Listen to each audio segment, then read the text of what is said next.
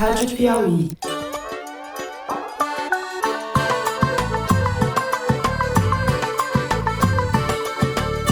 Olá, sejam muito bem-vindos ao Foro de Teresina, o podcast de política da revista Piauí. E assim foi essa lambança legislativa de apresentar 6 versões do relatório e chegar agora com essa versão que não muda essa estrutura que ele apresentou desde o início. Eu, Fernando de Barros e Silva, da minha casa em São Paulo, tenho a alegria de conversar com os meus amigos Ana Clara Costa e Celso Rocha de Barros no Estúdio Rastro, no Rio de Janeiro. Olá, Ana, bem-vinda. Oi, Fernando. Oi, pessoal. E hoje nós viemos visitar o sistema da Papuda, porque nós estamos recebendo a notícia que possivelmente o presidente Bolsonaro venha para cá. Diga lá, Celso Casca de Bala. Fala aí, Fernando. Estamos aí, mais uma sexta-feira. É um diálogo profícuo, ninguém tem uma resposta pronta e acabada, ninguém quer impor nada a ninguém, mas tenho certeza que temos ainda muito chão pela frente. Mais uma sexta-feira e de Belém, onde acontece a COP30, abemos a presença luxuosa de Bernardo Esteves, repórter de Ciência e Meio Ambiente da Piauí. Bem-vindo mais uma vez, Bernardo. Oi, Fernando. Oi, Celso, Ana, ouvintes. Um abraço amazônico para vocês. Muito bom. Com o abraço amazônico, vamos, sem mais delongas, aos assuntos da semana.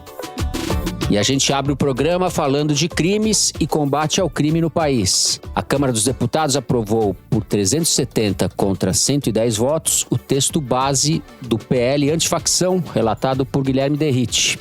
Enviado originalmente pelo governo Lula ao Congresso, o PL passou por 6 versões antes de ser aprovado. O governo conseguiu remover parte das delinquências patrocinadas pelo secretário de Segurança Pública de São Paulo, licenciado para promover a pauta bolsonarista no Congresso, mas a versão que vai agora para a apreciação do Senado foi uma vitória da direita. Os governistas batem nas teclas da redução da capacidade de atuação da Polícia Federal e do favorecimento a criminosos do andar de cima, incluindo os próprios políticos. A ministra Gleisi Hoffmann definiu o texto aprovado como uma lambança legislativa. O fato é que a buquelização da segurança pública no país deu um passo. Tudo isso na semana em que o banqueiro Daniel Vorcaro foi preso pela Polícia Federal no aeroporto de Guarulhos, quando embarcava para Malta, no Mediterrâneo, e na semana em que o Banco Central liquidou o Banco Master do próprio Vorcaro, pivô de um dos maiores escândalos financeiros da história do país. A gente vai falar disso e das relações políticas do banqueiro no primeiro bloco. No segundo bloco, tá na hora do Jair ir em cana, por tentativa de golpe de Estado. O STF publicou o acórdão da decisão da primeira turma, que rejeitou por unanimidade os recursos da defesa de Bolsonaro. Os prazos finais já estão correndo. Até domingo, os advogados podem apresentar os embargos dos embargos, que Alexandre de Moraes pode julgar sozinho, se considerar que se trata apenas de uma manobra protelatória. Enquanto o relógio anda, a tropa de choque do bolsonarismo se move em várias frentes para tentar evitar que o chefe vá para a Papuda. Senadores fizeram uma visita técnica, entre aspas, ao presídio e Damares Alves divulgou um relatório apontando superlotação e comida estragada nas instalações. São esforços para que Jair permaneça em prisão domiciliar por razões humanitárias e risco de morte. No terceiro bloco, a gente volta a Belém para entender com o Bernardo Esteves a reta final da COP30, que acaba oficialmente nesta sexta-feira. Lula voltou à cidade nesta quarta e atuou para fortalecer o tema que acabou dominando a semana: o compromisso em torno do chamado Mapa do Caminho para abandonar os combustíveis fósseis. Para vários países altamente dependentes do petróleo, esse mapa é uma linha vermelha que não deve ser ultrapassada. E há a questão do dinheiro, quem financia e como a defesa do planeta. O Bernardo vai nos contar quais os avanços e quais as dúvidas até aqui. É isso, vem com a gente.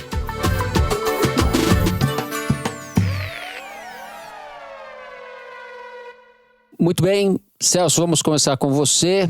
A gente teve nessa semana a aprovação do texto base, como eu falei na abertura. Ficou ruim para o governo, né? Ficou assim, Fernando. Tá tendo uma discussão entre gente do governo, gente do PT, aliados, se o governo não cometeu um erro aqui. Porque o governo orientou a votar contra o projeto do Derrite. A derrota foi imensa, quer dizer, só 110 deputados votaram com o governo. Muita gente do PSB, por exemplo, que é um aliado de esquerda histórica do PT, votou a favor do projeto. Grande parte do PDT votou a favor do projeto. Então foi uma derrota acachapante mesmo para o governo. Mas antes de falar até do significado político disso, vamos falar do projeto que passou. Essa aí já deve ser a 1000ª versão do projeto do DERIT, né? Semana passada teve praticamente uma versão por dia, né? E essa versão que passou, pelo menos, ele já tinha descartado aqueles aspectos mais bizarros que ele queria enfiar nas primeiras versões, que era as grandes bandeiras que a direita mandou ele enfiar nesse projeto. Classificar as organizações criminosas como narcoterroristas, para abrir uma brecha para uma intervenção do Trump no Brasil, e exigir a aprovação dos governadores para a Polícia Federal atuar nos estados. Então, as grandes questões que o DERIT trouxe para o projeto, ele perdeu. Mas mesmo assim, na avaliação do governo e de umas pessoas independentes com quem eu conversei, o que passou ainda tem problemas, né? Em primeiro lugar, ele não tirou a autoridade da Polícia Federal, a Polícia Federal não vai depender de governador, mas ele tirou dinheiro da Polícia Federal. Tirou menos do que queria ter tirado. Mas mesmo assim, no arranjo atual, aqueles recursos apreendidos dos criminosos vão ser divididos entre estados e governo federal, conforme a Polícia Federal participe ou não, e o efeito prático disso é reduzir consideravelmente o orçamento da Polícia Federal. Descapitalizar a Polícia Federal. Exatamente. Então isso foi o principal sobrevivente daquele projeto catastrófico que o DERIT trouxe para a mesa. Ele não conseguiu castrar a Polícia Federal como ele queria, mas ele conseguiu descapitalizar em algum grau. Parte da grana que antes ia para a Polícia Federal vai para os governos estaduais. E isso, naturalmente, enfraquece não só o poder do governo, mas também a proposta do governo de orientar a política de segurança muito pelo lado das operações de inteligência, de atacar o lado financeiro das organizações criminosas, etc. Isso fica bastante prejudicado conforme a Polícia Federal tenha menos dinheiro. O segundo ponto que gerou resistência no governo foi, segundo pessoas, inclusive independentes, que não são de esquerda, com quem eu conversei, o projeto do DERIT é juridicamente muito mal feito. Sim. Ele tem coisas que talvez não sejam nem erros de como isso aqui, que era obviamente uma sacanagem que o DERIT queria fazer, mas, por exemplo, o Brasil já tem uma lei das organizações criminosas, de 2013. Na nova lei, o projeto fala em facções criminosas ultraviolentas. Não é muito claro quando é que se aplica uma, quando é que se aplica outra, e os advogados já preveem que os advogados dos criminosos vão explorar essas brechas. Entendeu? Sim. Vão dizer que a lei não é clara. Tem vários pedacinhos do projeto que geraram a apreensão de advogado criminalista dizendo assim, isso aqui é um erro de técnica legislativa, sabe? Fazer lei é uma técnica, né? Quem faz lei tem que saber o que acontece em tribunal, porque ele tem que fazer uma lei que funcione quando for aplicada. E aparentemente não é o caso do DERIT. Assim, a lei saiu com vários problemas desse tipo. Há uma esperança no governo de que no Senado isso seja polido. Então, assim, como a gente tem essas questões que ficaram ambíguas da legislação, como é que se relaciona essa lei com a lei das organizações criminosas e outros problemas desse tipo, a previsão é que o projeto acaba sendo bom para bandido rico que vai poder pagar advogado caro. Se você for um Bolsonaro da vida que pode pagar aquele excelente advogado que ele teve no STF, você vai achar brechas para se livrar. Se você for um cara mais perrapado que só vai conseguir contratar aquele cara que leu O Senhor dos Anéis no julgamento da semana passada no STF, você está ferrado. Agora, a questão é a seguinte: esses problemas eram suficientes para fazer o governo chamar o voto contra? O que o pessoal do PSB, que votou a favor do projeto, do PDT, argumentava é que era melhor ter passado o projeto e levantar essas questões em destaque. Porque se o governo orienta o voto contra, o projeto passa a ser do DERIT. A briga passa a ser o governo Lula contra o projeto do DERIT. E o projeto do DERIT é feito em cima do projeto do governo Lula. E à medida que o DERIT foi perdendo as brigas, o projeto dele foi ficando mais parecido com o projeto do Lula. Então, teve gente dentro do governo, dentro do PT, e entre esses partidos aliados, que ficou com a impressão que o governo errou de orientar o voto contra e que teria sido melhor aprovar.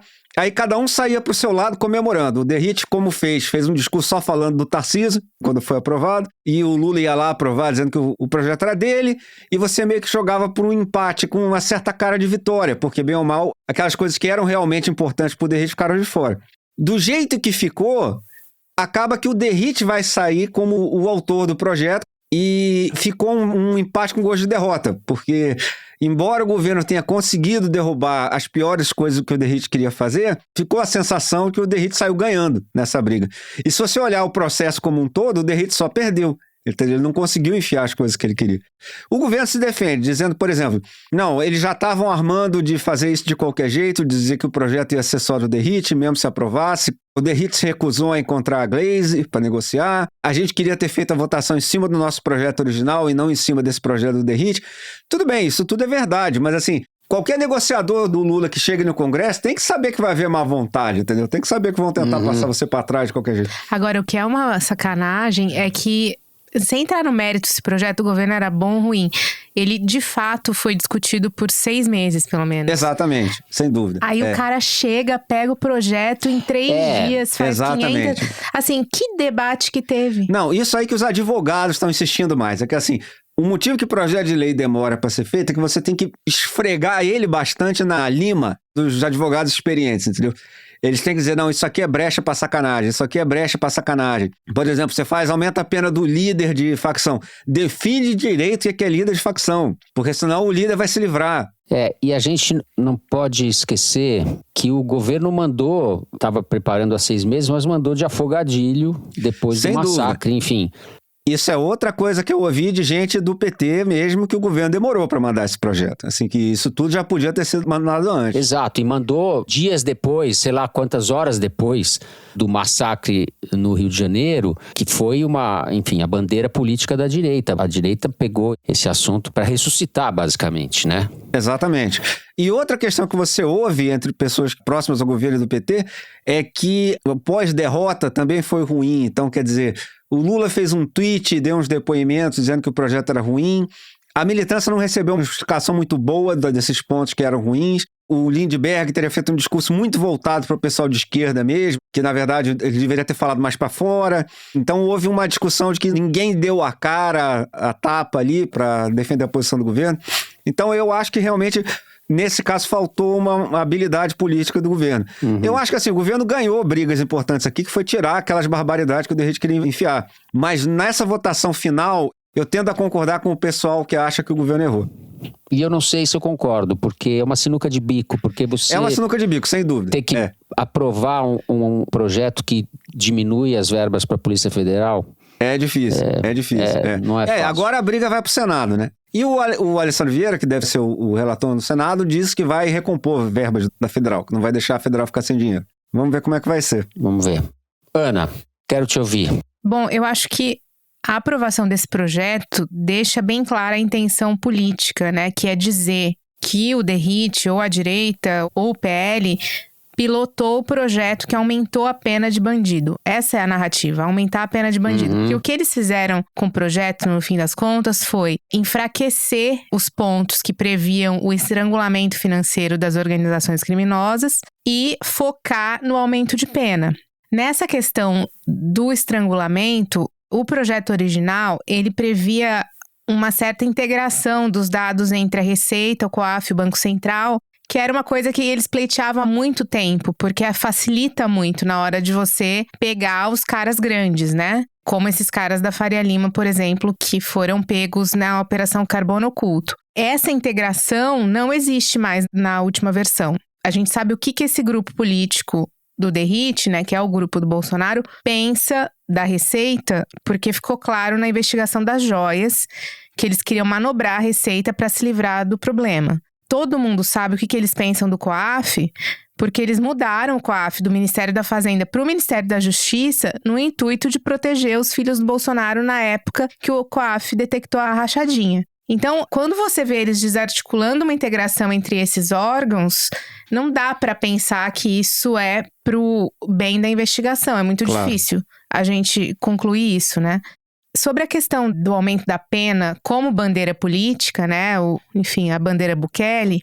Hoje, assim, tem muita gente muito mais especialista que a gente, né? Que não é especialista nisso. Sim. Que tem muita dúvida se isso é o que desestimula o crime. É um populismo de extrema-direita muito explícito, assim, é uma baita demagogia. Porque o cara que tá faccionado, você acha que ele vai pensar, puxa, agora que a pena subiu para 20 anos, para 30 anos, acho que eu não vou me faccionar, então acho que tá perigoso demais, não vou me faccionar. Não é isso que vai acontecer, entendeu? E aí, tem um exemplo. No ano passado, 2024, a pena máxima pro feminicídio aumentou de 20 para 40 anos. Isso realmente desmotivou o feminicídio? Porque os dados mostram outra coisa. No anuário do Fórum Brasileiro de Segurança Pública, os números do ano passado mostram que houve um aumento pequeno, mas ainda assim um aumento no número de feminicídios. 1.492 mulheres foram vítimas. Maior número da história, desde que essa tipificação penal foi criada.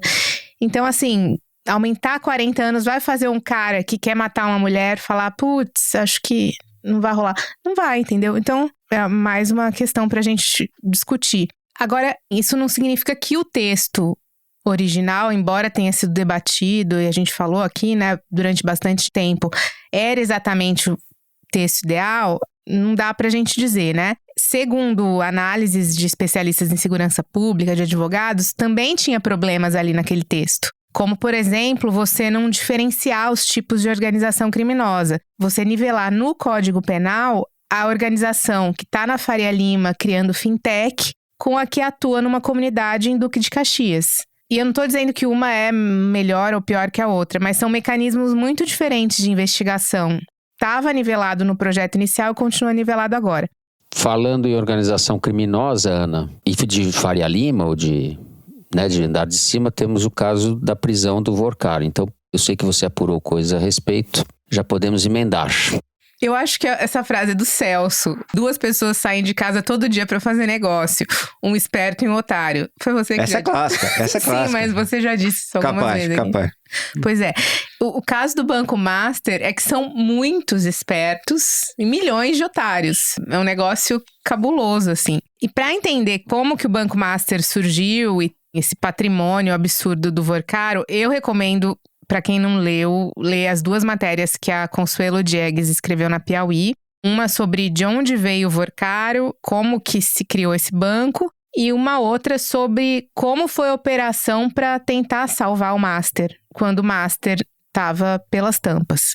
O que esse banco vendia, né? Ele vendia CDBs, títulos, né? Aplicações que tinham triplo da rentabilidade de uma aplicação comum, no CDB comum. E a cada 5 anos tem um banco que quebra por vender CDB a uma rentabilidade absurda, né? Mas as pessoas não aprendem, elas continuam caindo. Gestoras compraram esses CDBs e outros títulos do Master para turbinar a rentabilidade delas, de fundos de investimento delas. Gestoras vendiam esses títulos para os clientes, mesmo sabendo que não é possível você entregar uma rentabilidade dessas. Gestoras grandes que eu tô falando, tá? XP, VTG. Fundos de servidores e pensionistas de vários estados compraram esses papéis, mesmo quando já se sabia que eles não eram seguros, porque isso já se sabe há muito tempo. Ou seja, eles aplicaram a aposentadoria dos pensionistas nisso, quando um fundo de pensão só pode fazer investimento seguro. Caso do governador Cláudio Castro, não ele, né? O Rio Previdência, né? O Fundo de Previdência do Estado. Você não faz um aporte desse sem precisar de muitas assinaturas. O governador Cláudio Castro autorizou que se aplicasse 1 bilhão em títulos do Master, que não são garantidos pelo FGC. O Fundo do Amapá, que tem entre os seus conselheiros o irmão do Davi Alcolumbre, Alberto Alcolumbre, investiu 400 milhões em títulos do Master. E quando a matéria da Piauí saiu no ano passado sobre esse banco, a Faria Lima estava babando, assim, esperando para entender, porque todo mundo sabia que aquela rentabilidade era impraticável, que aquela vida na babesca que ele levava não podia estar sendo financiada por um dinheiro legal. Então, assim, quando a Consuelo publicou essa matéria, foi um acontecimento. Foi a primeira matéria, né, grande sobre esse banco. O fato é que quando o castelo de cartas do Daniel Vorcaro caiu no ano passado, de forma mágica surgiu o BRB. O nome do banco é Banco de Brasília, mas ele é um banco regional. E ele apareceu todo capitalizado, disposto a comprar um banco pelo qual o André Esteves estava oferecendo R$1 como valor simbólico, pouco tempo antes. E o BRB não queria comprar o Banco Master por qualquer merreca. Ele queria pagar 2 bilhões de reais. E além dos 2 bilhões de reais, o BRB comprou mais de 12 bilhões de reais em ativos inexistentes, sem lastro, vento puro, do Master nesse período. Isso está na investigação da Polícia Federal, está na decisão que autorizou a prisão do Daniel Vorcaro. Ou seja, eles aplicaram 12 bilhões para comprar vento. E isso foi visto pela polícia como uma forma de injetar dinheiro no Master, né? Porque ele estava com problema de liquidez sério. Agora, por que o BRB faria isso, né? Por que ele queimaria esse dinheiro desse jeito, né? Lembrando que um dos principais acionistas do BRB é o Instituto de Previdência dos Servidores do Distrito Federal, ou seja, também é dinheiro de pensionista e de aposentado. Bom, você deu o nome do santo, que é no Rio de Janeiro, é o Cláudio Castro, no Distrito Federal, o Ibanez. Isso, governador Ibanez Rocha. Também você não faz uma operação dessa envergadura no Banco de Brasília sem o governador saber. Bom, em paralelo a isso, foram acontecendo vários movimentos políticos no Centrão para tentar ajudar o Master. Eles barraram a criação de uma CPI, eles tentaram aprovar uma lei que permite ao Congresso demitir diretores do Banco Central, porque era o Banco Central que decidia se aprovava ou não a compra do Master pelo BRB, e depois o Banco Central acabou vetando. Entre os principais defensores do Master no Congresso estavam o senador Ciro Nogueira, do PP, o Antônio Rueda, que não é parlamentar, mas é o presidente do União Brasil. Tem também uma conexão interessante. A Flávia Pérez, que é ex-Flávia Arruda, que foi ministra do Bolsonaro junto com o Ciro, obviamente no governo Bolsonaro, depois ela se casou com Augusto Lima, sócio do Vorcaro. Então hoje ela é chamada de Flávia Pérez. Arruda é do senador e governador Arruda, que foi, salvo engano, o primeiro governador preso no exercício do mandato em 2010, por um mensalão do DEM. Senador e governador Arruda, que tem uma ficha corrida exemplar. Mas é uma conexão interessante. Ela foi casada com a Arruda, depois foi casada com Augusto Lima, que também foi preso com o Daniel Vorcaro. Além disso, o Paulo Henrique Costa, que é o presidente agora afastado do BRB, é um cara totalmente do Ciro Nogueira, assim, uma indicação dele. Tanto que o Ciro Nogueira, quando o governo Lula entregou a Caixa para o PP, tinha uma disputa entre o Ciro Nogueira e o Arthur Lira sobre quem que eles iam colocar na presidência da Caixa. E o Lira ganhou. E aí, ele que indicou o presidente, mas se tivesse sido o Ciro que tivesse ganhado, seria o Paulo Henrique Costa, o presidente da Caixa. Aí ele foi pro BRB. Mas assim, o Daniel Vorcaro não é bem conectado só no Centrão. Ministros do STF já foram a eventos patrocinados pelo Master fora do Brasil. O Master patrocinava eventos nababescos no Gilmar Palusa, com a presença de ministros. Segundo a coluna da Maria Cristina Fernandes no Valor, o Vorcaro teve vários encontros com figuras poderosas em Brasília, como o Ricardo Lewandowski, quando era ministro do Supremo, e até mesmo com a Viviane Barsi, que é a mulher do Alexandre de Moraes. Além do Michel Temer também. O Guido Mantega fez lobby pela aprovação da compra do Master pelo BRB. Um lobby que não funcionou, né? Como sabemos. Mas o fato é que nem mesmo com todos esses contatos ele conseguiu se safar, né? E antes de ser preso, ele conseguiu uma firma super desconhecida para entrar como compradora do Master, aportando bilhões e supostamente representando investidores árabes que a gente não sabe exatamente quem são. Essa firma, o nome dela é Fictor. E segundo eu apurei, ela já foi denunciada por várias gestoras para a CVM por operar em formato parecido com pirâmide. Que é basicamente o que se suspeita que o Vorcaro fazia no Master, né? Um esquema irregular que se assemelha a um esquema de pirâmide. Inclusive, também, segundo a minha apuração, obviamente tem muito investidor que está vendo o noticiário e está receoso, né? E está tentando sacar o que investiu nessa Fictor, porque essa Fictor vende ativos lastreados em grãos, tipo milho. E tem um monte de gente que comprou. E aí tem uma carência para você resgatar esse tipo de coisa, que é de 60 dias. Então, daqui 60 dias a gente vai saber, né? Se a Fictor entrega realmente o milho ali que o pessoal tá comprando ou não. O Fictor, Ana, que é, salvo engano, patrocinador do Palmeiras e o BRB do Flamengo. Pois é. Enfim, nem só de bets vive o futebol. Sobre o Vorcaro, a Polícia Federal, que estava monitorando ele há muito tempo, detectou que ele ia viajar para o exterior na noite de segunda e calculou que tinha risco de fuga, né? Por isso que eles deflagraram a operação e acabaram antecipando a operação, na verdade. Verdade seja dita, apesar de tudo isso que se descobriu sobre ele, você prende alguém preventivamente, isso quando a justiça funciona, tá? Quando você não tá no Morro do Alemão, quando você tá no lugar onde as leis são aplicadas, você só pode prender alguém preventivamente se houver ou indício de obstrução de justiça ou de fuga, né? Embora ele tenha sido pegando um avião, na decisão judicial que autoriza a prisão, não há nenhum desses dois elementos para justificar a prisão. É nisso que a defesa dele está se baseando para pedir o habeas corpus, né? Para que ele seja solto. Uma matéria do Valor que eu li hoje diz que ele gastou ao longo do último ano 500 milhões em advogados. A gente errou de profissão, Ana Clara. Sorte dos advogados. Não dá nem pra pensar o que é isso. Eu não sei nem quantos zeros tem aí. Não sabemos nem quantos zeros tem isso, exatamente. Eu fiquei, até para o padrão dos advogados, eu falei 500 milhões? A Polícia Federal, como a gente falou no começo, ela suspeita, então, que o Master seja gerido por uma organização criminosa, né? Porque a única justificativa, falando aqui em hipóteses remotas, né? Para governadores, para fundos de pensão, de estados, toparem investir o dinheiro dos seus pensionistas nisso, a única justificativa hipotética é você ganhar dinheiro com isso, concorda? Porque daí o Master, ele acaba funcionando como um caixa eletrônico, um Pix, né? Você transfere o dinheiro para esse título que não vale nada, que não tem nada dentro, e ele te devolve uma taxa de corretagem. Ele te passa 10%, 15%, 20%, 5%. E aí você tá desviando, na verdade, o dinheiro do fundo, o dinheiro do banco e recebendo uma corretagem por fora. Não tô dizendo que é isso que aconteceu, mas assim, dentro das hipóteses remotas de justificativa para um gestor público aplicar esse dinheiro nesse tipo de banco, é a que está dentro da lógica, né? Muito bom. Bom, assim a gente vai encerrando então esse primeiro bloco do programa.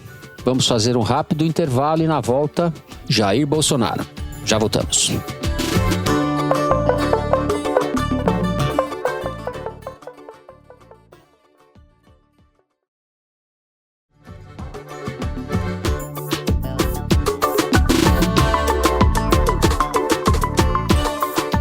Muito bem, estamos de volta. Celso, deixa eu começar com você.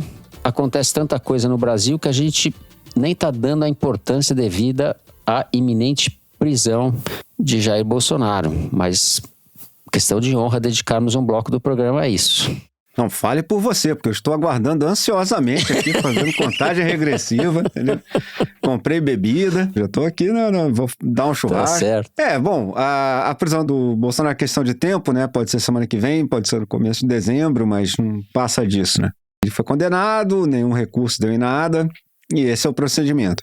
Naturalmente, houve um surto de preocupação com os direitos humanos na bancada bolsonarista. Todo esse pessoal que estava lá na votação do PL antifacção dizendo não, tem que matar todo mundo. No Complexo do Alemão não precisa saber quem é culpado, quem não é, quem tem mandato, quem não tem, não sei o que lá. Agora tá lá checando se a comida do presídio da Papuda tem fibras suficientes, se tá bem equilibrada, segundo as nutricionistas da moda, entendeu? Se ele vai ter, iogurte se probiótico. Tem leite condensado. Seu leite condensado é de boa qualidade.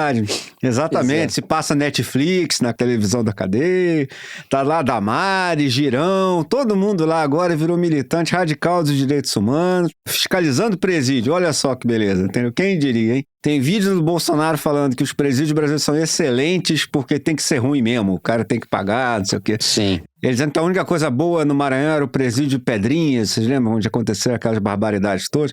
Pois é, agora pra ele não, pra ele tem que ser um negócio, tipo um spa. E, evidentemente, assim, é bizarro essa mudança dos caras. Agora, assim, eu sinceramente acho que, como eu achava no caso do Lula, o ex-presidente tem que ficar preso separado do preso comum. Não é por questão de privilégio, é por questão de presídio é um lugar violento. E se um ex-presidente, se um líder de um movimento político grande morre na cadeia, como toda hora morre gente, isso tem consequências políticas muito ruins, né? Naturalmente, os adeptos, os seguidores dele vão achar que foi, enfim, uma conspiração, que foi os adversários que planejaram esse assassinato.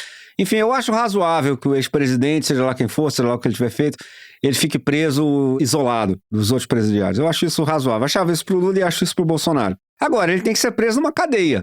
Teve editorial do Estado de São Paulo dizendo que ele deveria ir direto para a prisão domiciliar, né? É sempre bom lembrar, o Estado de São Paulo, não tem nem graça, vocês já sabem como vai acabar essa frase, né? O Estado de São Paulo, na época do Lula, dizia que o Lula tinha que ser preso com os outros prisioneiros, etc. e tal. Essa história dele ir direto para domiciliar é bizarra. Tem nem graça falar dos presos do Complexo do Alemão, né? Mas eu duvido que qualquer outro preso aconteça uma coisa dessa.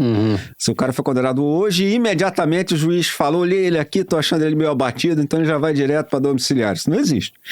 Assim, ele tem que ser preso.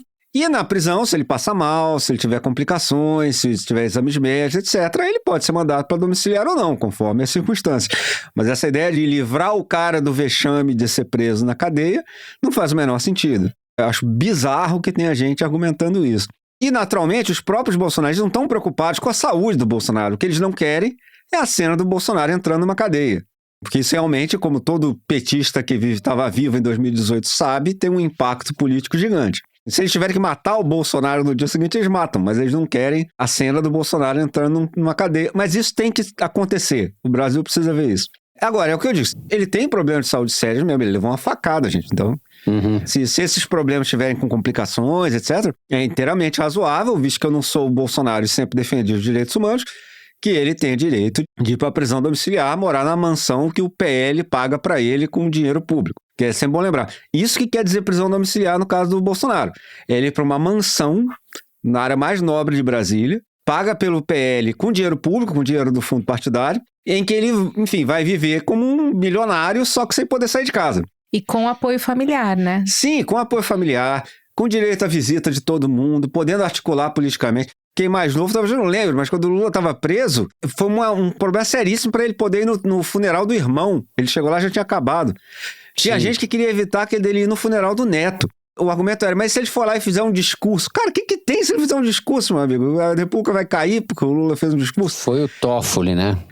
Exato. O Fux não deixava o Lula dar entrevista. Esse mesmo Fux aí que tá agora, tô super preocupado aí com o bem-estar dos presos. Agora, tem uma questão que eu acho que pode ser paranoia da minha parte, mas eu não posso deixar de falar disso. Eu acho que as autoridades têm que tomar cuidado com a possibilidade do Bolsonaro fugir. Por quê? Eduardo Bolsonaro, esses dias, foi pro Bahrein.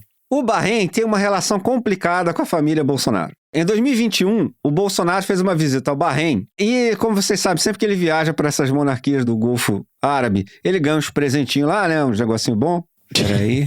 Foi um Patek Philippe, né? Um presentão. Pois é, mas isso aí não é nem o pior não, porque se vocês pegarem, por exemplo, tem uma matéria do UOL de 10 de março de 2023, ele conta a história da Embaixada Fantasma no Bahrein, que no final de 2021 o Bolsonaro inaugurou em Manama, a capital do Bahrein, o que seria a Embaixada do Brasil.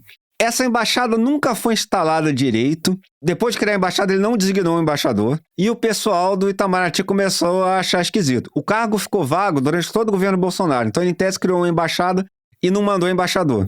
E aí, diz o Jamil, o gesto de deixar o posto sem embaixador foi interpretado por alguns dos principais diplomatas brasileiros como uma manobra para impedir que o órgão de Estado ficasse informado sobre a natureza das relações entre o Palácio do Planalto e o país do Golfo.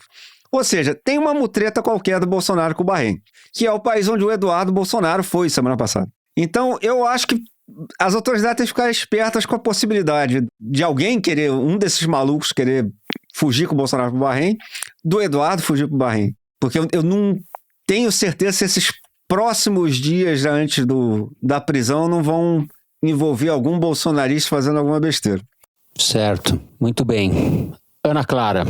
Bom, primeiro eu queria dizer que sempre que você fala com o núcleo ali próximo do Bolsonaro, eles sempre são mais pessimistas do que a realidade, né? No início do mês, você falava com eles e eles diziam que, não, acho que na próxima semana ele já vai ser preso. Dia 10 ele vai ser preso, de novembro, né? Dia 14 ele vai ser preso. Então, sim, eles estão achando que o Alexandre atropelará todos os ritos processuais para prendê-lo já desde o início deste mês de novembro, né? Então, a nova expectativa da turma bolsonarista é que ele seja preso semana que vem.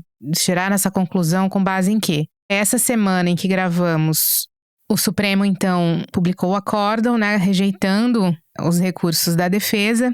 E agora as defesas têm até 5 dias para apresentarem novos recursos, novos embargos, né? que permitiriam reabrir o tema para discussão, em tese. E eu digo em tese porque o próprio Supremo já afirmou jurisprudência de que para reabrir a discussão precisa de ao menos 2 ministros que tenham discordado da decisão da maioria no mérito durante o julgamento.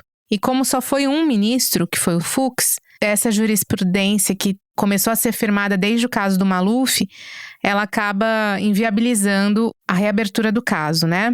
Então tem a questão também, será que o Alexandre de Moraes vai decidir monocraticamente não aceitar esses novos recursos? Será que ele vai jogar para a turma? O que será que ele vai fazer? Mas eles estão esperando que tão logo o Alexandre de Moraes decida, seja monocraticamente ou não, sobre esses últimos recursos, que ele já pode mandar cumprir pena. Então, por isso que eles estão achando que pode ser já na semana que vem. O devido processo legal, essas formalidades, a gente já está na fase do devido lenga-lenga legal, né? Já foi o devido processo legal. Inclusive o Alexandre, quando ele tem decidido monocraticamente, quando chega nas fases finais de recurso, ele alega justamente isso, que esses recursos finais têm caráter protelatório. Então, por isso ele está decidindo monocraticamente, mandando prender nas decisões anteriores. Então, a expectativa é que ele mantenha essa mesma estratégia com o Bolsonaro. Mas também tem uma outra questão. O Alexandre autorizou visitas para o Bolsonaro até o início de dezembro. Então tem gente que acha que ele não vai determinar o cumprimento da pena antes das visitas que ele próprio autorizou. Mas não tem nada que desobrigue ele disso, entendeu? Ele pode ter autorizado as visitas e pode determinar o cumprimento da pena. Isso pode acontecer. Politicamente, vai ter consequências? Precipita o processo de definição do candidato da direita? Já precipitou, né? Na verdade, agora já é o Flávio. Não é que seja o Flávio, mas diante da situação penal do Eduardo, ele se inviabilizou. Ele sabe que se ele pisar no Brasil, ele corre o risco de não sair do aeroporto num carro que não seja da Polícia Federal. Diante da situação penal do Eduardo, da situação mental do Carlos, sobrou o Flávio. O núcleo duro do Bolsonaro, eles querem ainda que seja alguém da família Bolsonaro. Não é pelo fato de o Eduardo ter se inviabilizado que eles desistiram dessa ideia. Então, passou a ser o Flávio o nome, que é o nome que eles estão defendendo agora. E aí o Tarcísio é o nome do Centrão, mas já disse milhares de vezes que não vai se candidatar se o Bolsonaro tiver outro candidato. Então, continua rolando aquelas eternas primárias da direita, né? A gente tá vendo mais um capítulo delas. A diferença é que, se vocês pegarem 2 meses atrás, até depois da condenação mesmo, o núcleo bolsonarista continuava dizendo que Bolsonaro era candidato, mesmo condenado. Porque a gente vai conseguir reverter pela anistia, porque a gente vai conseguir reverter pelo Trump. Bolsonaro é o nome. Até o próprio Bolsonaro se dizia candidato, mesmo depois de condenado. Agora, você não ouve mais isso. Agora eles estão em uníssono. É o Flávio, o nosso candidato, e estão cogitando reavivar a pauta da anistia no Congresso, aceitando a versão light, digamos, a versão que anistia só os invasores lá, os depredadores de... Esse crime e... esses mesmo. Enfim, ainda não existe consenso sobre isso no Congresso, então é uma ideia. Mas eu acho interessante a gente ver que Bolsonaro deixou de ser uma opção, mesmo uma opção translocada, né? Como o Lula foi, né, em 18. Sim. Exato. Tem uma diferença grande. O Bolsonaro tem problema de saúde, o Lula, de outra forma, também teve um câncer, né? Se curou do câncer, etc. E o Lula já tinha idade também quando ficou preso. Agora, o Lula tem uma capacidade de resistência que eu não vejo no Bolsonaro, de fibra política e de liderança mesmo. Não vejo o Bolsonaro passar 500 dias na cadeia e sair inteiro viável. Eu acho que é completamente diferente, né? Não, e essa narrativa de que ele tá doente, não pode ir para um presídio ou para uma prisão que não seja domiciliar, isso tá em voga desde o dia 1 que ele entrou na prisão domiciliar, né? Inclusive, eles estão seguindo o mesmo caminho do Fernando Collor, que quando foi condenado e o Alexandre de Moraes ordenou que se cumprisse a pena, a defesa dele apresentou 1000 laudos sobre a saúde frágil dele e o Alexandre acatou, deixando ele em domiciliar, e é o que a defesa do Bolsonaro também está fazendo, apresentando laudos para o Supremo para tentar embasar, enfim, uma prisão domiciliar para ele, né? Muito bem, então a gente encerra o segundo bloco do programa, fazemos um rápido intervalo. Na volta com Bernardo Esteves, vamos falar de COP. Já voltamos.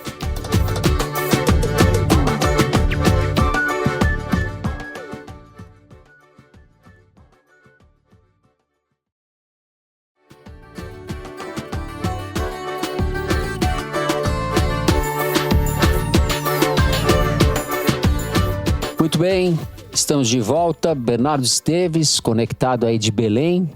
Então, Fernando, antes de falar da COP, eu queria contar para vocês que a gente está gravando, né, à noite de quarta-feira, e vocês talvez ouçam a música que vem aí dos bares muito animados na noite de um Marizal, em Belém. Muito bom, vai ser foro ao som do carimbó. Tomara que a gente ouça. Isso aí.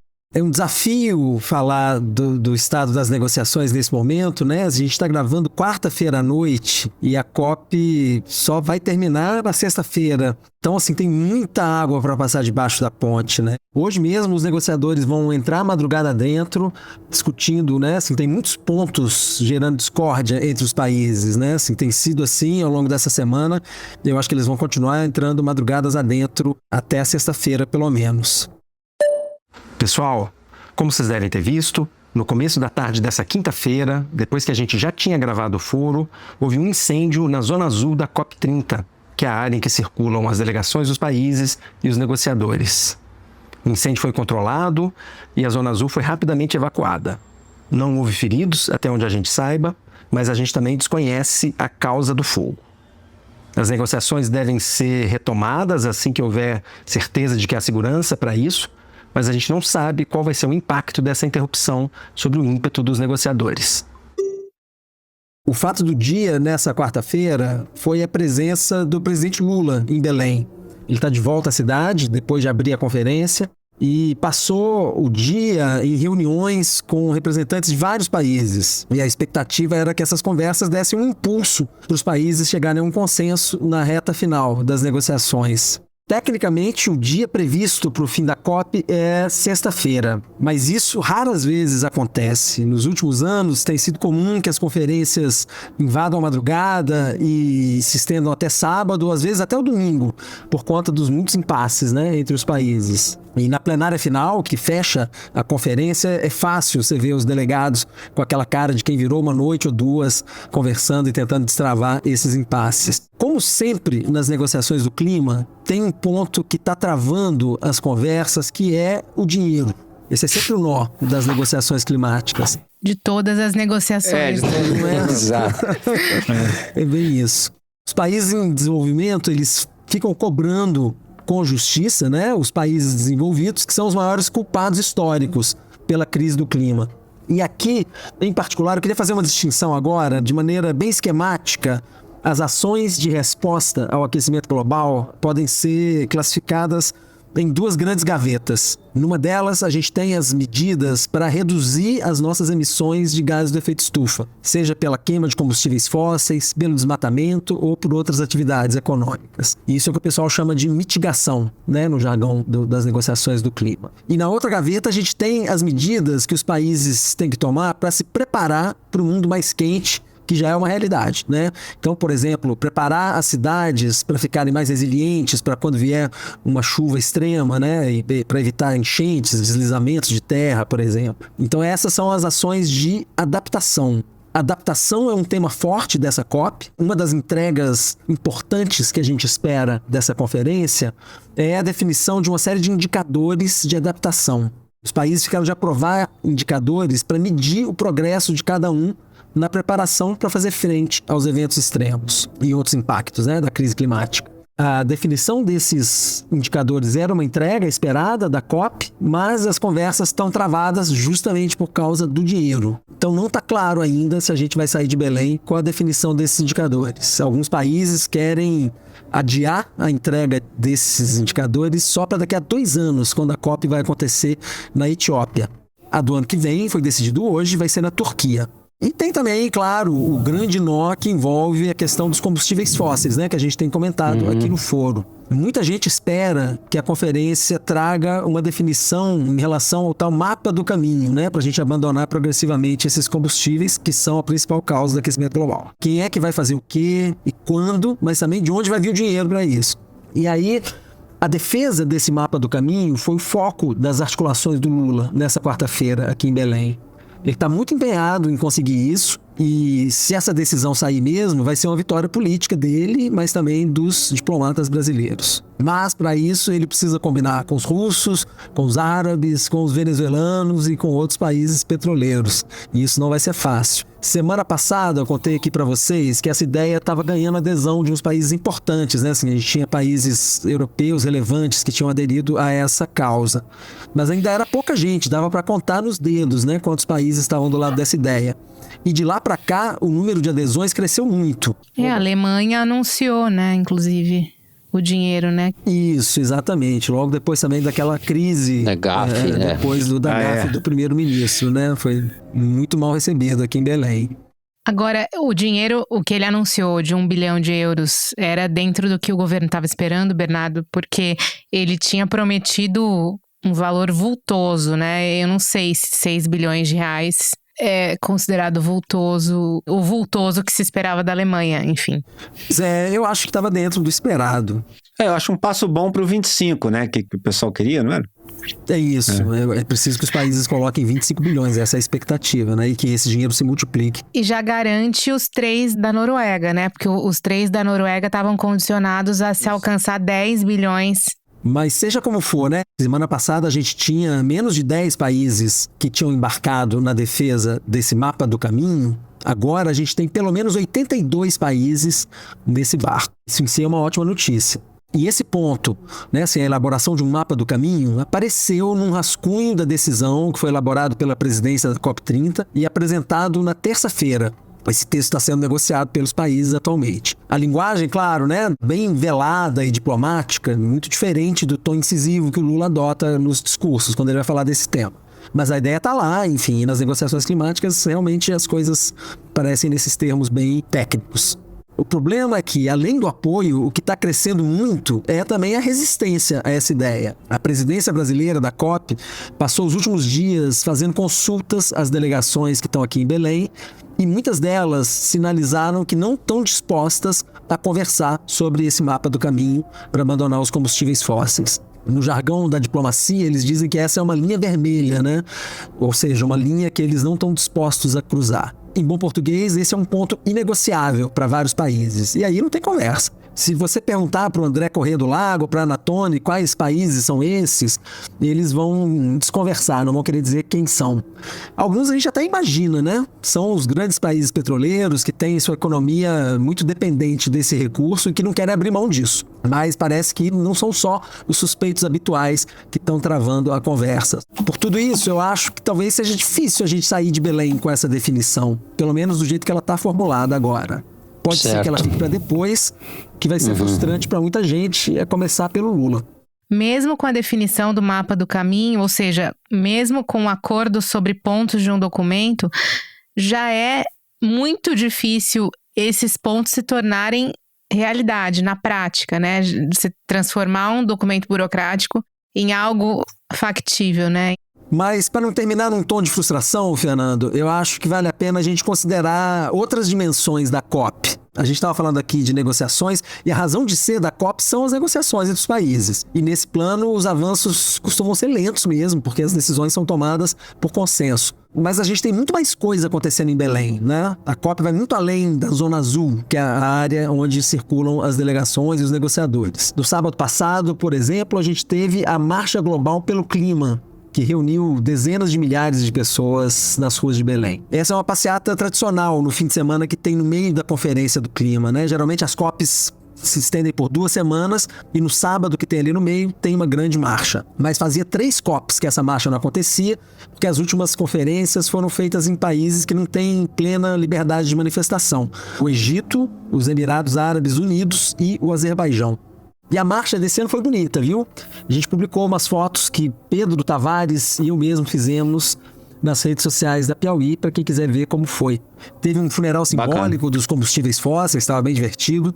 E teve uma presença forte dos indígenas, né, que foram lá reivindicar o fim do marco temporal e lutar pelos seus direitos. E eu diria, Fernando, que a presença dos indígenas talvez seja a melhor notícia dessa COP. Essa foi uma presença recorde de indígenas para uma conferência do clima e eles deixaram sua marca. Gostaria de citar aqui um protesto que teve na sexta-feira passada, quando os Munduruku, que vivem na bacia do Rio Tapajós, bloquearam a entrada principal da Zona Azul por algumas horas. E esse foi um protesto pacífico, né? Assim, diferente da tentativa de invasão que tinha acontecido uns dias antes. Eles querem, claro, né, demarcação de novas terras indígenas, querem melhores condições de saúde, né? Assim, ali a contaminação por mercúrio é um assunto muito sério. E eles querem também impedir a concessão de rios para a iniciativa privada que foi anunciada pelo governo, porque eles consideram isso uma ameaça a territórios sagrados. E ali, o que eles reivindicaram no primeiro momento foi a presença do presidente Lula para ir lá conversar com eles. E acabaram conseguindo conversar com gente do primeiro escalão.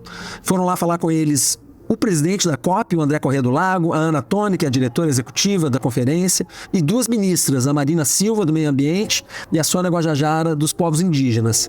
E elas prometeram levar as reivindicações deles adiante, e com isso os indígenas desobstruíram a entrada. Essa negociação rendeu uma das fotos mais marcantes da COP, em que a gente vê o André Corrêa do Lago carregando um bebê munduruku e olhando para ele com muita empatia. É um fotão do Felipe Werneck, vale registrar. É linda essa foto. E o mais interessante é que dias depois o governo anunciou a homologação de 4 terras indígenas no Pará, no Amazonas e no Mato Grosso.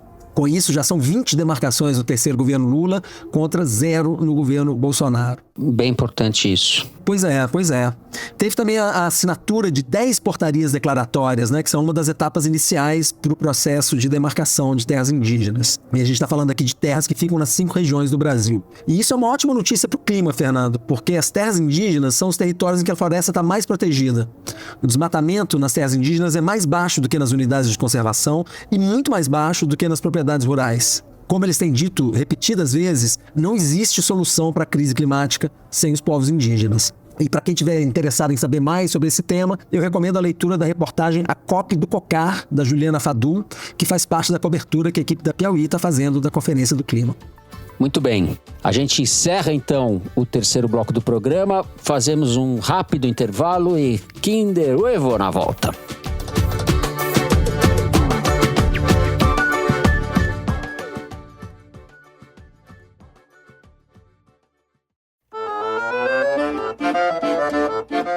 Muito bem, estamos de volta. Pode soltar aí, Mari, por favor.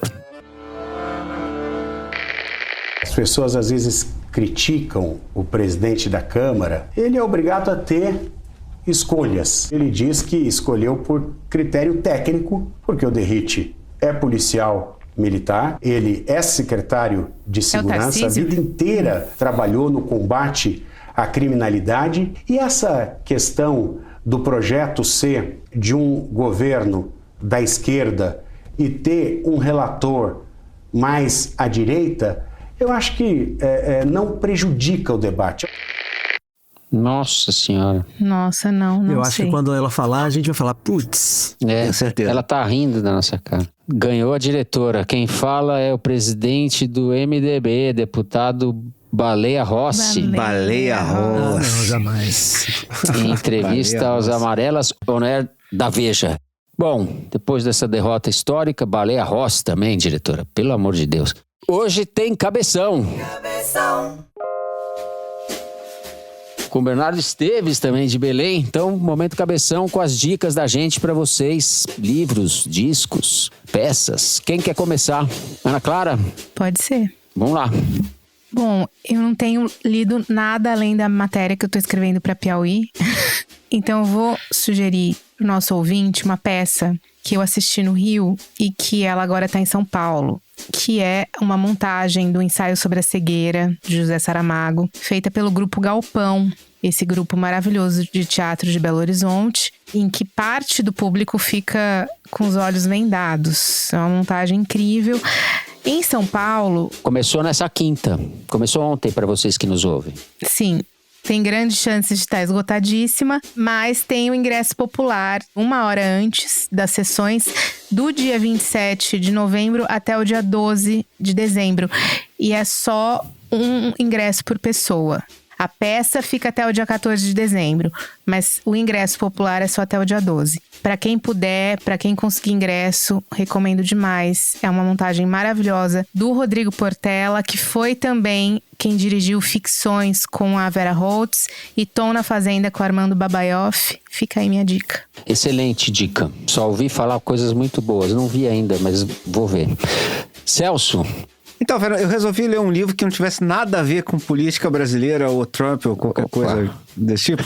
Uma biografia de um filósofo chamado Derek Parfit, que é um filósofo que morreu há pouco tempo atrás, filósofo contemporâneo, muito importante no mundo anglo-saxão. Aqui no Brasil a gente conhece mais filosofia da França, da Alemanha, né, continental e tal. Mas é um cara que teve um papel importante refletindo sobre umas questões sobre o que é a identidade pessoal, a ética da população, como é que você lida eticamente com, sei lá, o crescimento populacional, o bem-estar das pessoas no futuro, coisas desse tipo.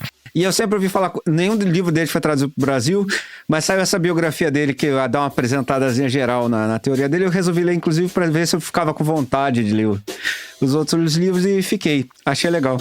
Mas você leu em inglês ou tá em Eu li em inglês. Chama-se Parfit, a Philosopher and His Mission to Save Morality. Um filósofo e a sua missão de salvar a moralidade. Então fica a dica para as editoras. Sim, né, sim. Celso? E inclusive para as editoras universitárias e tal, traduzirem os livros dele, né, de filosofia. Sim, boa. Bernardo, que vem de Belém? Então, Fernando, em clima aqui de COP30, eu queria indicar um clássico da crise climática que acabou de sair no Brasil. Vergonhosamente, a gente passou 15 anos sem ter uma edição em português de um livro chamado Mercadores da Dúvida, de dois historiadores da ciência dos Estados Unidos, a Naomi Oreskes e o Eric Conway.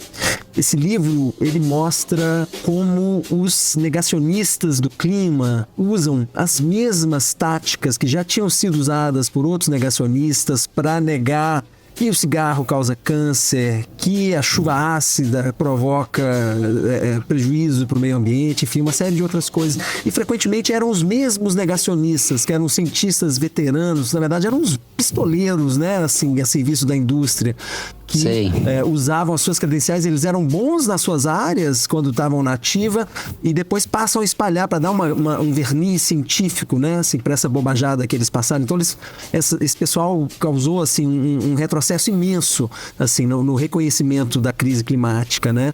E o tema da desinformação está forte aqui na COP. Pela primeira vez a gente teve uma declaração assinada por alguns países, tem carta aberta assinada por centenas de cientistas e representantes da sociedade civil. Então, enfim, Mercadores da Dúvida, editora Quina, que veio finalmente resolver essa lacuna aí de 15 anos, que já adorava esse livro de 2010. Nossa, muito bem, ótima dica. Não tinha ideia. Nem eu, vou comprar esse livro. Bom, a minha vai ser um livro que vocês talvez já tenham lido, que é a Tabela Periódica do Primo Levi, que saiu na Itália pela primeira vez em 75. Primo Levi é um químico, um intelectual, um escritor, poeta. Eu diria que é um dos heróis do século XX, que escreveu o livro mais famoso dele, É Isso, um Homem, sobre a experiência dele trágica de sobrevivente de Auschwitz, onde ele passou um pouco menos de um ano. Esse Tabela Periódica é uma espécie de mistura de memória, biografia, história e ciência. Ele vai narrando a história dele e contando histórias a partir dos elementos da tabela periódica. Aposto que o Bernardo já escreveu sobre esse livro em algum momento do passado. É isso, Fernando. Esse livro, em 2006, ele foi considerado o melhor livro de ciência de todos os tempos pela Royal Institution de Londres. Caramba, olha só. E em particular por causa do último capítulo, que descreve a trajetória de um átomo de carbono da atmosfera até o cérebro do narrador. É uma beleza, maravilha. Muito bom. Então é isso. Encerramos assim, com o brilho de Bernardo Esteves, o momento cabeção. Vamos para o melhor momento Eu ia falar o melhor momento do programa, mas para mim não vai ser o melhor momento do programa, porque tem VAR, tem cartinha, já sei que a diretora me avisou. Tem fraude. Vamos para o Correio Elegante. Ele vai questionar as urnas. Como diz o Lula, é a cópia da verdade, hein, Fernando? Ih, rapaz. É a cópia da verdade, exato. Bom, eu vou começar então o Correio Elegante com a mensagem curtinha da Yara Cruzeiro. Eu adoro vocês, mas a cereja do bolo é o 3 pontinhos, Bernardo. Seria ótimo se ele participasse de todos os episódios, mesmo que Aí por sim. 5 minutos. A Yara, Bernardo.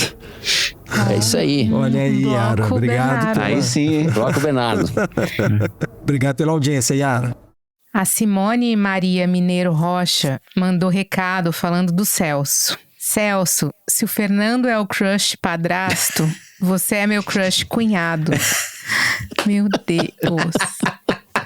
Minha irmã, na sexta-feira, quando ouve o foro, me liga na hora perguntando se eu já ouvi o Casca de Bala. Só esquece o fuso horário de 4 horas e me dá cada susto na madrugada. Acabo de ouvir o último programa, sempre o melhor do meu sabadão. Não troco por nada. Vida longa ao foro. Caramba, eu só não sei bom, em que crush fuso cunhado. Cada dia uma do mundo novidade. elas estão, né? Mas eu imagino o susto. Valeu, Simone. Valeu, Simone. O Daniel Lira tem uma recomendação. Como assim o Casca de Bala não conhece Dona Onete? Recomendo tomar uma cachaça de jambu no Tacacá do Norte, na rua Barão do Flamengo. E aí eu completo, aproveita para tomar também um sorvete de bacuri. Maravilhoso, é uma embaixada paraense no Rio de Janeiro. Muito Nossa, bom. aceito. Vou amanhã. O Renato Conceição Júnior quer recorrer ao VAR. Concordo que o Kinder Ovo desse episódio precisa da intervenção do VAR. Parece ter ocorrido um empate, um tríplice empate. Ana Clara, Fernando e eu. Tenho certeza que venci. Estava obviamente sozinho no meu carro e me pus a gritar: Moro, Moro, o marreco, o marreco. Depois de milhares de episódios sem sequer ter noção de quem falava, dessa vez eu lavei a alma. Vocês são ótimos. Abração. Aê, Fernando. Então, eu vou pedir a palavra para dizer que no último programa, até mais ou menos 8 da noite, durante a apuração das urnas, até 8 da noite, a gente acreditava que o Fernando tinha ganhado, segundo Mari Leão, uma das editoras do Foro. E numa revisão dos votos na contagem final, de 8 da noite em diante, a gente teve certeza que quem acertou o Kinder Ovo da semana passada foi a Ana Clara. Aê! Ou seja, eu já sabia. mutreta. Eu já sabia. Eu quero agora Kinder Ovo impresso. Kinder Ovo impresso. Se não tiver Kinder Ovo impresso, não participo dessa farsa mais. Fernando vai para os Estados Unidos para falar pro Trump botar tarifa no Brasil enquanto não revogar o Exato. Kinder Ovo. Pede um print, Exatamente. Fernando. Pede um print. Muito bom. Bom, é a minha ruína. Perdi o Moro, perdi tudo.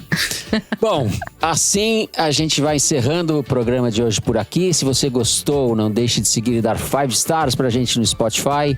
Segue no Apple Podcast, na Amazon Music, favorita na Deezer e se inscreva no YouTube. Você também encontra a transcrição do episódio no site da Piauí.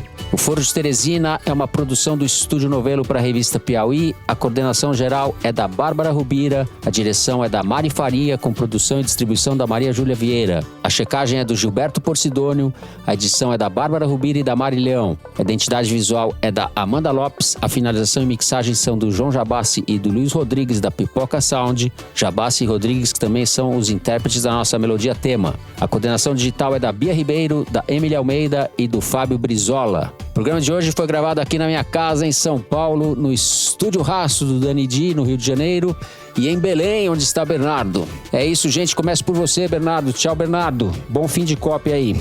Um abraço, Fernando. Obrigado. Um abraço a todo mundo. Tchau, Ana. Tchau, Fernando. Tchau, pessoal.